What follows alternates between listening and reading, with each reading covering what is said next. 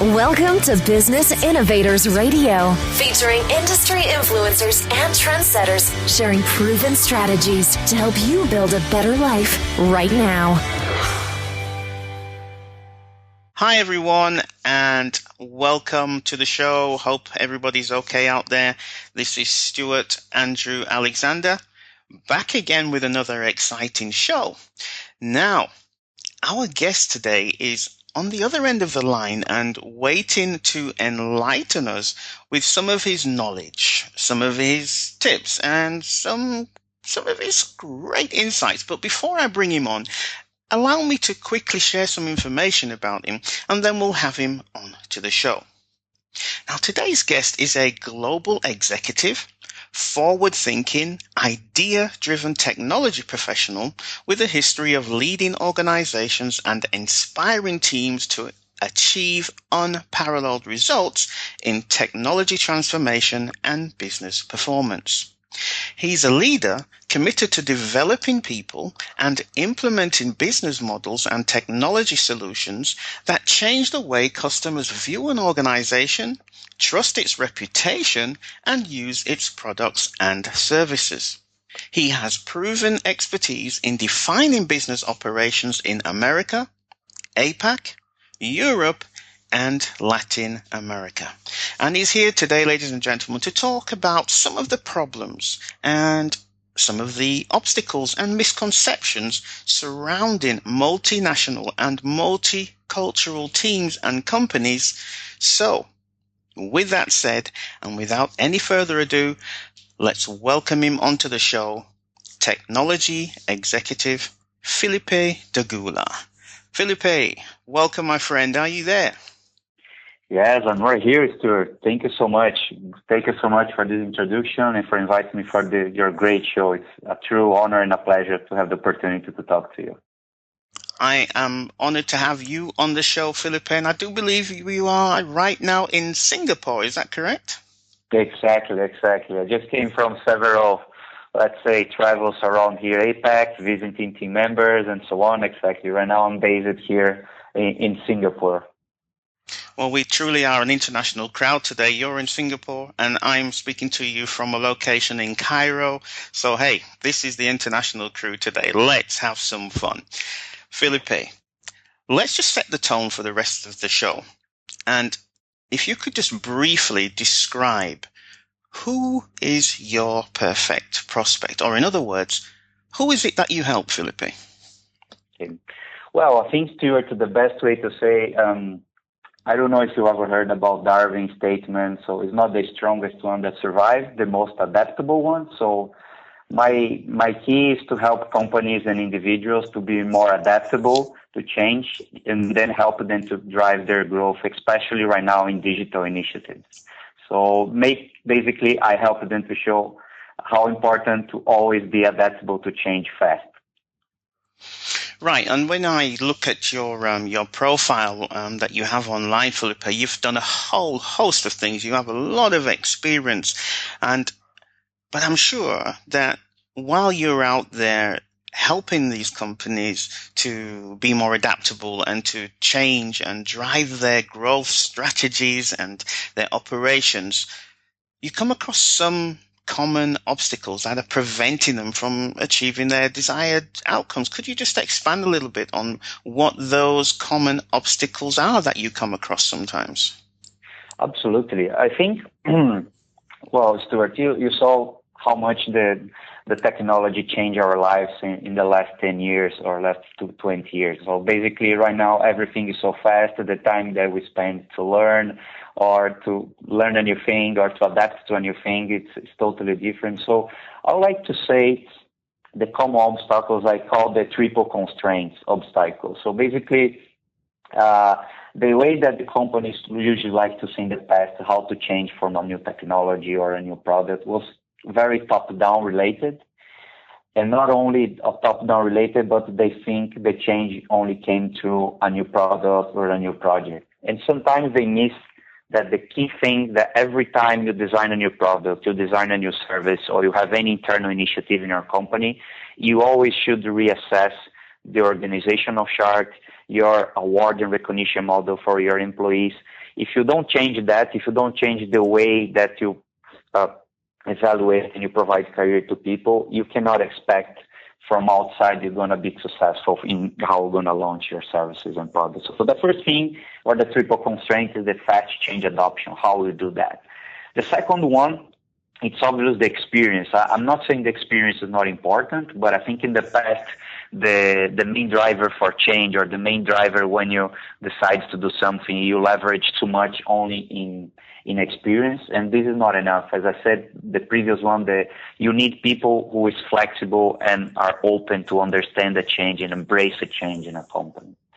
And the last one, again, as I said, it's the people and career development. In several companies, the countries that I work for, many times, many projects or product launches weren't successful because basically we miss the opportunity to reassess how is the career of these people. How can we link what we want to launch for our customers for what our team members want to do in a short and long term? How they're going to be rewarded? So if you don't link these pieces, you're basically just producing and not taking advantage of that change. So every organizational change must be followed by a career model review.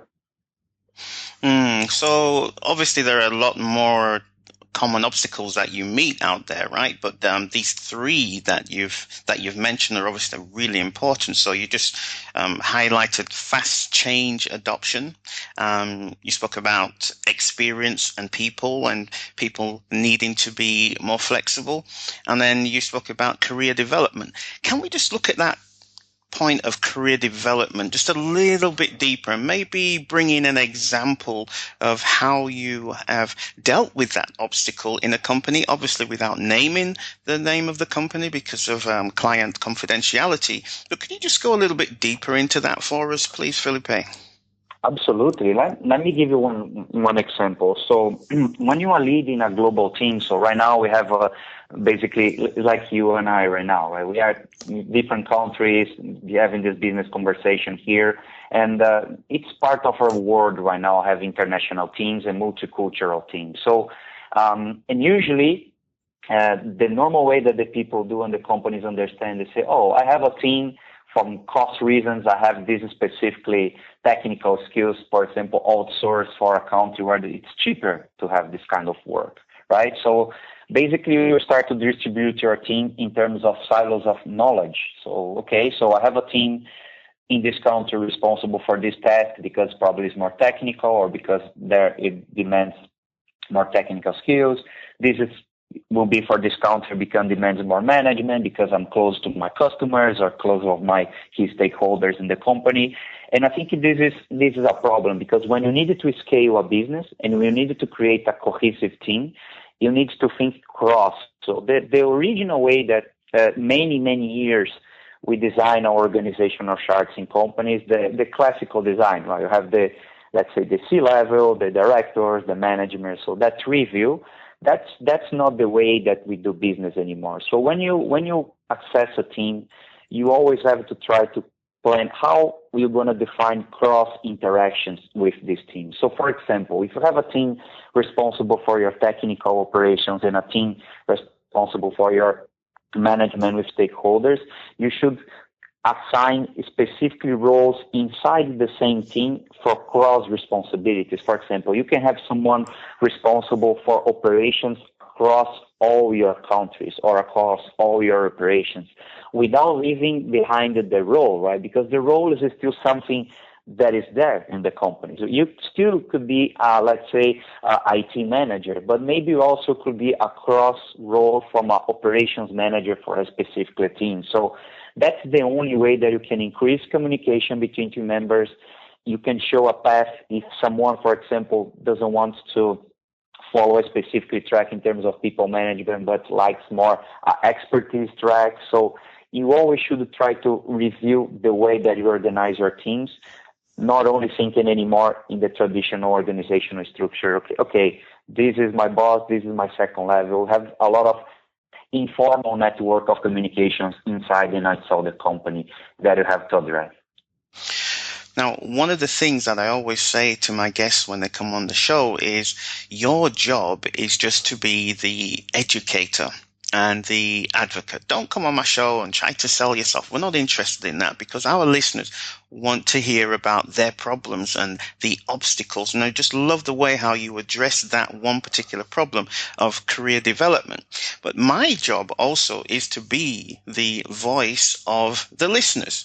So with that said, I'm going to ask you I'm going to be a little bit cheeky and just put my neck on the line and ask you this question on behalf of the listeners. You obviously are very experienced in what you do and have a proven track record. But on behalf of our listeners, Felipe, what is your magic ability? I mean, why should they even listen to Felipe Daguila? It's a good. I like it. I like that, Stuart. Very good point. So I would like to say, Stuart, everything that I do. My magic expert ability, it's based in also in three pillars. Probably you notice I'm a huge fan of the number 3, so I think the 3 pillars always apply for a lot of things. So first is cultural shaping. Stuart, what I'm really trying to say to this, I came from a simple family, Stuart, from Brazil. I started to work with 17 years old, and my father was a small business owner, and he always taught me how important you learn and you listen to people. I think when you start to grow in your career, and I had great mentors, great executives, but I also had some experience that people, well, I'm here, so I learn a lot, so they don't listen anymore. So I think when you work in different countries, in different cultures, you have to, let's say, 80% listen to the people and 20% acting. And I think when you talk about career development, when you talk about drive changes in the companies, if you always try to do the top down, if you always try to bring only your experience, if you don't listen, that will be very, very, very difficult. And that's I think it's such a simple thing that if you don't build this connection with your team members, you're not going to be able to do that. So I'll say, before to do any action, do the 80-20 rule. So go listen a lot, and based on their input, apply your experience, but also apply everything that you listen. The other one, it's the bottom-up change management. I truly believe any change, any project, any product design, any product launch, you have to engage your team. And I think sometimes the best way to engage your team is when you bring them on the initiative. For example, every time I want to launch a new project or a new initiative for my team members, even if it's local or globally, I always bring them on to lead one of these initiatives, because I'm not expecting they be the experts. I'm not expecting they will have all the answers, but I do expect they will be able to understand the challenge, because if you bring them in, they will understand why you are making those decisions, why you are being transparent. And they will see, I'm here to learn, so they will see the value of that. So I think everyone should be a mentor. Even inside or outside the company, you always should take care of the people's career. You always should make decisions a little bit uncomfortable for you to allow other people to grow. And based on my experience, I'm glad, Stuart, to look behind and see the people that I helped to grow in their careers and change companies and so on. Okay, Felipe, so we've spoken about the companies and individuals that need to be more adaptable to change and to drive their growth and strategies and operations so that they can lead more digital changes. You also touched on people needing to be more flexible, and you just spoke about some of your own capabilities in terms of the 3 pillars, your own proven system, this cultural shaping, listening and learning, and bottom-up change management. However, while you're out there and talking to these companies, talking to these individuals, what are some of the popular misconceptions that you come across that are preventing them from achieving their desired outcomes? Could you touch on some of those aspects for us, please, Felipe? Sure, absolutely. I think first one is the time, let's say this way. I think in one hand, we are requesting the people being very adaptable to change and change fast, learn fast, but to some extent, at the same time, we don't have the patience anymore, right? We are not patient anymore to wait to see the results. And that's one of the key, I would say that's the key thing, because when you change something in a company, when you change a process, when you design a new product, when you implement a new project, what is the right time, right? See, and I think the main mistake, I think many times the people don't wait. And I think that you have to wait at least 6 months. Obviously, you have to put in place some key KPIs, but before 6 months, it's very complicated. You have a clear understanding and a view of what you did. So I've seen many cases, companies trying to rush to say, well, but we changed that, but after 3 months it's not working. You have to change again. And then they enter in this loop of constant change, but you are never letting the people learn, and you're not learning about the process, and you are learning from their customers. So I think that's the first very crucial point. I think take your time when you change something. Please wait at least, let's say, 4 to 6 months. Take your KPIs and then review after that. But don't rush. Don't rush.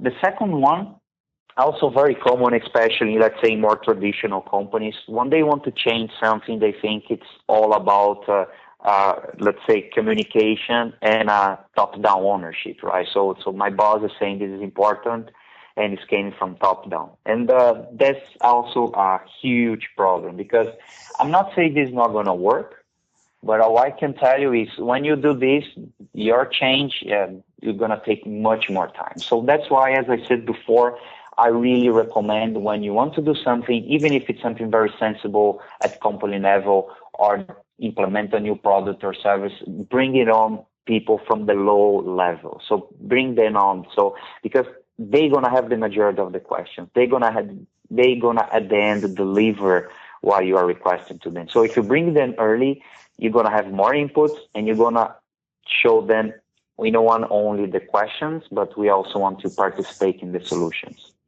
The fourth one, I would say you need experts, right? So I think basically for many, many years, we still are learning for all these changes, right, Stuart? The technology completely changed our lives, and we still have the mindset from the past. If you see a doctor, if you see a lawyer, should be someone with a more senior face or years of experience. So that's what is important, right? And I think we have been seeing right now all these startups creating amazing products and disrupting many others. So don't believe to do a change or to be creative or to design a new product, you need an expert. I think they are important, but what you really need is people willing to do mistakes and learn. So I think that's very important, because in the past you think maybe I can bring here the best experts and I'm going to have the best product, the best service. But this is not the true anymore, because the knowledge is right now is not in the people's minds anymore. The knowledge right now, it's in internet, it's in our mobile phones, in these conversations that you and I are having right now. So your knowledge is not in the people's heads anymore. So I think these are the top 3 stories. Okay, you know what's really interesting, Felipe? As I interview different entrepreneurs from different industries, I noticed this pattern when it comes to the misconceptions that they are across the board. Whether I interview a personal coach or a motivational coach, whether it's a healthy living expert or someone like you from the technology industry, there always seems to be these commonalities amongst the misconceptions of one, time. People feel they don't have time, or they don't want to give it enough time to mature and to see the results. And 2, I always hear you don't need an expert. I really find that interesting, how you have these commonalities across all of these different industries. Is that something that you've come across yourself, or could you add anything to that? Because there may be some listeners who are outside of the technology industry that are listening to this, Felipe. But in a very simple way, right? When you work in technology, I think right now you have, let's say, two paths, right? Or you're going to be or going to create your own company and be an entrepreneur, or you want to, let's say, work in a big company and lead the technology, be a CIO of that company. So basically you have these 2 paths, right? And then it's funny because, as you say, right, the people said, well, if I have an entrepreneur spirit, I don't want to be the expert, I'm young, so I should go more to this path. or no, I like more the career model, long term. So I like the corporate world.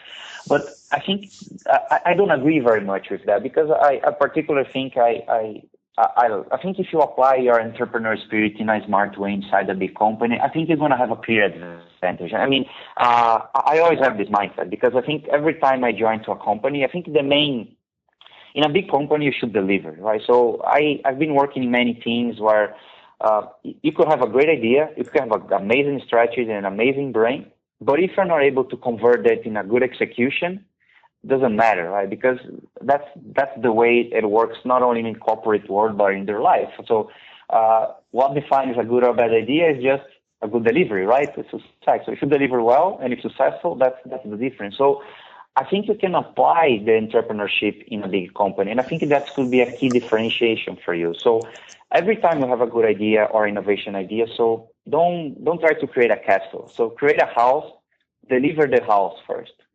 Show through delivery. So I really encourage, especially the new generations, because I made my career in big companies in several countries, but I've always been coaching several startups in different countries. But that's exactly my point. I think it's how can you balance the innovation with the execution, and I think that's the future, and I think that's the new kind of professional that we want to build in the future. So a good and perfect balance between be innovative, be creative, but also understand how, from a great idea, create a flawless execution and build a team that is able to do that. Thank you so much for that, Felipe. You put that so eloquently that I'm sure our listeners out there, they're going to be like, you know something, this Felipe guy, he's pretty smart dude. I'm kind of like the way how he puts things together in such a simplified way, but it's like a straight arrow going straight to the target. So thank you so much for that. On that note, Felipe, you consult with companies, like you said, companies on a large scale, you consult with startup companies, and sometimes you may be out there and you're having a good conversation and everything's going in the right direction and you're thinking to yourself, yes, this is going to be my next client. You're ticking the boxes in your head. You know that they need your help, and you can see the plan in your head. You can see the pathway of exactly how you're going to take them from where they are today to where they need to be. Okay, you know exactly how you're going to make that transformation for them. But then at the last moment, they turn around and say to you, Felipe, this all sounds great, but we're just not going to move ahead with this. So why is it that people that you can help the most, the people you have a passion around helping, why is it that they just don't end up buying from you or taking on your services? It's a great question, Stuart. I think, let me tell you, this example that you gave, I think I learned in a hard way. Okay, I think I had several experiences in the past, in the beginning of my career, which was basically like this, right? So this looks like the perfect project, the perfect assessment for this client, the perfect product. But then when you go there, it's nice, but it's not exactly what we were expecting. So, well, it's not the moment. So for this, the thing that I learned, and goes back what I mentioned to you before, I think I can say two things about that. So the first one is, when you want to do something, the first thing is to gain trust. And to gain trust of people, it's not easy, right? It's not easy at all. So you have to gain trust of people. Sometimes you have to do things which is maybe not exactly your final goal.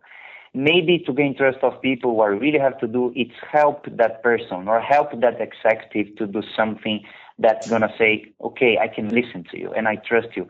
I can tell you that in my second job, I remember the way that I gained trust from a very famous CIO was basically, I was doing a project with him. I was pushing him to approve the documents of the assessment, a strategic project.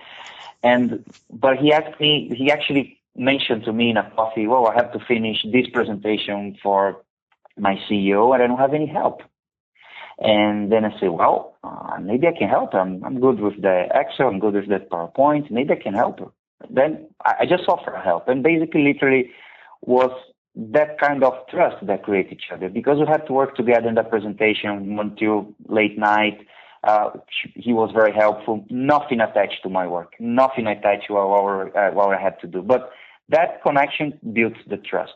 That allowed me many years ago, basically move from when I became manager the first time to create a business with basically in that particular moment with more than 5 million. So trust is fundamental. And I think if you don't build trust, forget other things. Forget your goal. If you only have your goal in your mind, if you don't have how you're going to build trust, you're not going to reach your goal. So think first, how we're going to build the trust. That's the first. The second one is don't try again to build a castle. So if you want something, the best way to reach what you want is go in small pieces, go in small doses, go step by step, learn from your small mistakes. So don't try to put the perfect thing at the first shot, because you're going to be frustrated and you see doing your own way, everything could change based because of your customers, maybe because of your team members, but always try to make small goals. Okay. If you define small goals, your team and your client, they will see the value.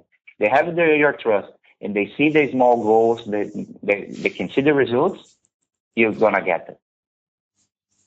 Felipe, I think you've proven hands down that you're the man to help companies and individuals to be more adaptable to change and to drive their growth strategies and operations to lead digital changes. I'm convinced, and I'm sure the listeners out there are convinced as well. But here's the thing, Felipe. Who are you? I mean, we don't know much about Felipe Daguila, and we know your industry. You're a very clever guy. We know that you've got this amazing accent, and we also know that you're a very good-looking, James Bond type of guy. I've seen your picture on LinkedIn. There's no denying this, all right? But having said that, Felipe, okay, who are you? Like, give me something about your backstory, just briefly. What led you to this field? What inspired you? Was it a movie? Was it a person, a family member? Please, just short, briefs. Look into your backstory. I like it. It was very, very good, Stuart. I actually, when I had a bad day at work, I'm going to listen this part over and over again, because I'm always going to have a bad day when I listen to the comments. Thank you for it.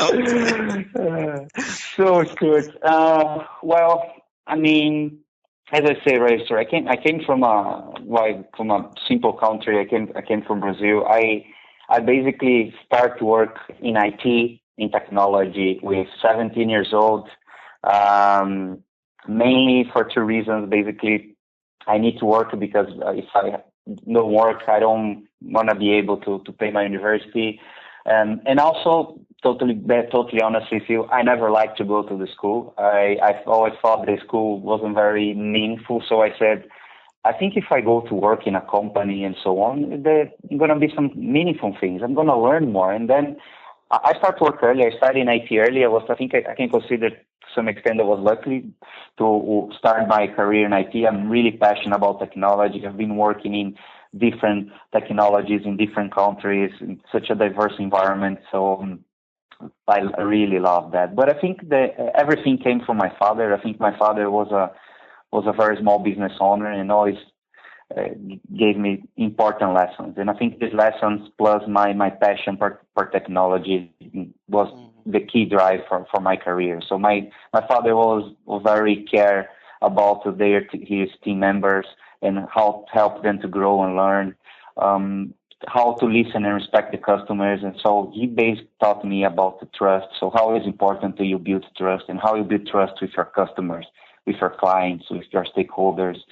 And my father never said, I want you to be the best. My father always say, I just expect you to be someone that can leave a message. It's something meaningful from the people that work to you. So I really, everything that I do, it's a lot of my father and a lot of the passion that I have for technology. And I truly believe technology can make other people's lives better. I came from a simple country. Right now I'm here in Asia, and I love to see how much we can do for a small business, for simple people who's been connected for the first time in internet. So really passionate about that. Really, really passionate about how technology can change people's lives. Felipe, I want you to imagine you're sat in your car and you're looking back in the rear view mirror of your career. And I'd like you to think about one of the companies that you have helped to achieve the promise that you made them, the promise of being able to become more adaptable to change and to drive their growth and strategies and operations to lead digital changes. Can you name just one of those prospects that you worked with, or one of those clients, better said, so that we can just get a feel of some of the results that you've achieved? I know there are many of them, but just briefly, just one of them, please. Well, I mean, let's say for confidentiality reasons, I cannot give the name, but I can give you, for example, when I was in America before I came here in APAC right now. I can tell you one of the projects, one of the initiatives and projects that I did at Herald and my responsibility. We increased more than 80% the margins for that particular business line, and we increased the efficiency in more than 10% with the team members. So basically, using all the techniques that I mentioned to you before. So that's clear results that are there, the people know, and clearly results that you can measure and see after all these techniques apply in a right way. And could you attribute those successes back to the three pillars that you mentioned earlier on of cultural shaping, listening and learning, and bottom-up change management? Absolutely. And on top of that, definitely the trust. Because if I did not create the trust with those key executives, they are never going to allow me to implement those three pillars. So that's why, again, build the trust. When you have the trust, and again, the trust could be a small thing that is going to make you build the trust, but build it. When you have it, apply the pillars, and you're going to see the results qualitative in a quantitative way. Okay, so the client you just mentioned increased revenue of 80%, profit margin 7%, expanded service availability of 10%, and you boosted their efficiency by 30%. A massive change, a massive improvement. But it's all very dry. It's all very much numbers. Tell me, Felipe, and for the listeners out there, when you think back, again, looking back through the rear view mirror of this particular project, how did it make you feel? Well, I think it makes me feel satisfied because I think you are where you leave behind, right? And I think when I still talk with my clients, these clients specifically, my team members, we still have the contacts, right? You preserve these contacts because you pass a lot of good and bad things together, and you preserve these contacts for many, many years. So I look behind it, I can say they still use the techniques, they still value what you did for them, and they value sometimes even more when you're not there, right? So they still call you and ask you, say, wow, I remember that, and that was really changing for us from a customer perspective, that active for people's perspective. So I think that's the value, and the people will look back and reapply the things that you did. Yeah, but Philip, how did it actually make you feel? I mean, you think back, is it pride? Is it some sense of happiness, fulfillment? Come on, work with me here, Felipe. Come on, get out of that technology mindset, get into that, you to connect with that sensitive, emotional guy. You can't be so good looking and not be emotional. So come on, how does it make you feel? Our listeners want to know.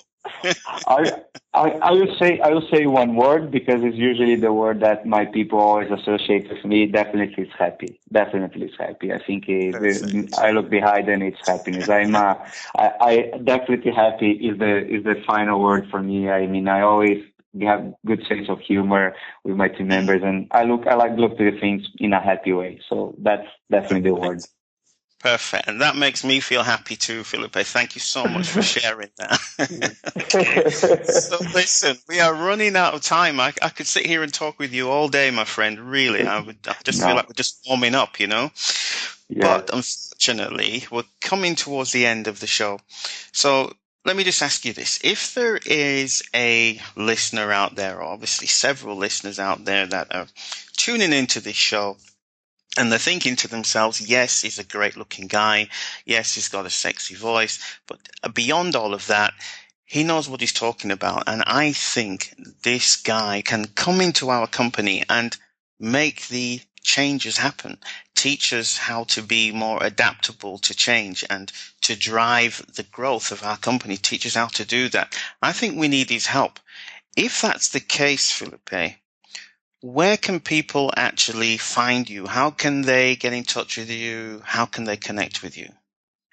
Well, Stuart, I'm very active on LinkedIn. I think it's a good platform to connect. Actually, I have several posts there in my profile. You have my contacts. I think if you want to learn a little bit more about me, so I like to mix a little bit between business and personal things, movies. So I think it's a very entertaining reading.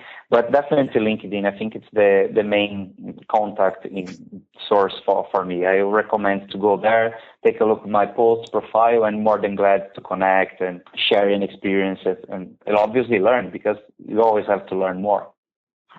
Okay, so let's go through the process. They go to linkedin.com. Exactly. And then in my profile, basically it's very simple. So you can search on my profile Felipe Daguila. So FelipeDagula, and you'll be very, very easy to find that. Perfect. And I will ensure that your contact details go alongside the show notes. Unfortunately, like I said before, Felipe, we have come to the end of the show. It's been a lot of fun. It's been educational. It has been informational. So I thank you so much for that.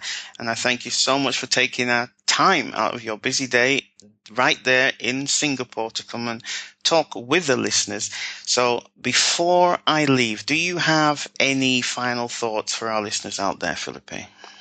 So I think I would like to say thank you very much, Stuart. I reviewed your show and so on. Great initiative, very innovative. I like the way that you drive the show. I participate in other workshops and so on and shows, and definitely very engaging. I like the personal touch. Very good job. I'm very, very happy to participate. It's a true honor. And for the listeners, again, very happy to, I know you spent some time listening on my points here. Any connection, any question, more than glad to answer. And again, remember to build trust with everyone around you. Spoken like a true educator and advocate for his client's success. Ladies and gentlemen, that was Felipe Daguila. Check him out on LinkedIn. You're going to be in good hands. So with that said, I would just like to wish you all farewell. It's the weekend time here in Cairo. It starts on a Friday and ends on a Saturday. Sunday is the first day of the week. But anyway, with that said, thank you so much for tuning in. We will talk again very soon. Take care and bye for now. Thanks for listening to Business Innovators Radio. To hear all episodes featuring leading industry influencers and trendsetters, visit us online at businessinnovatorsradio.com today.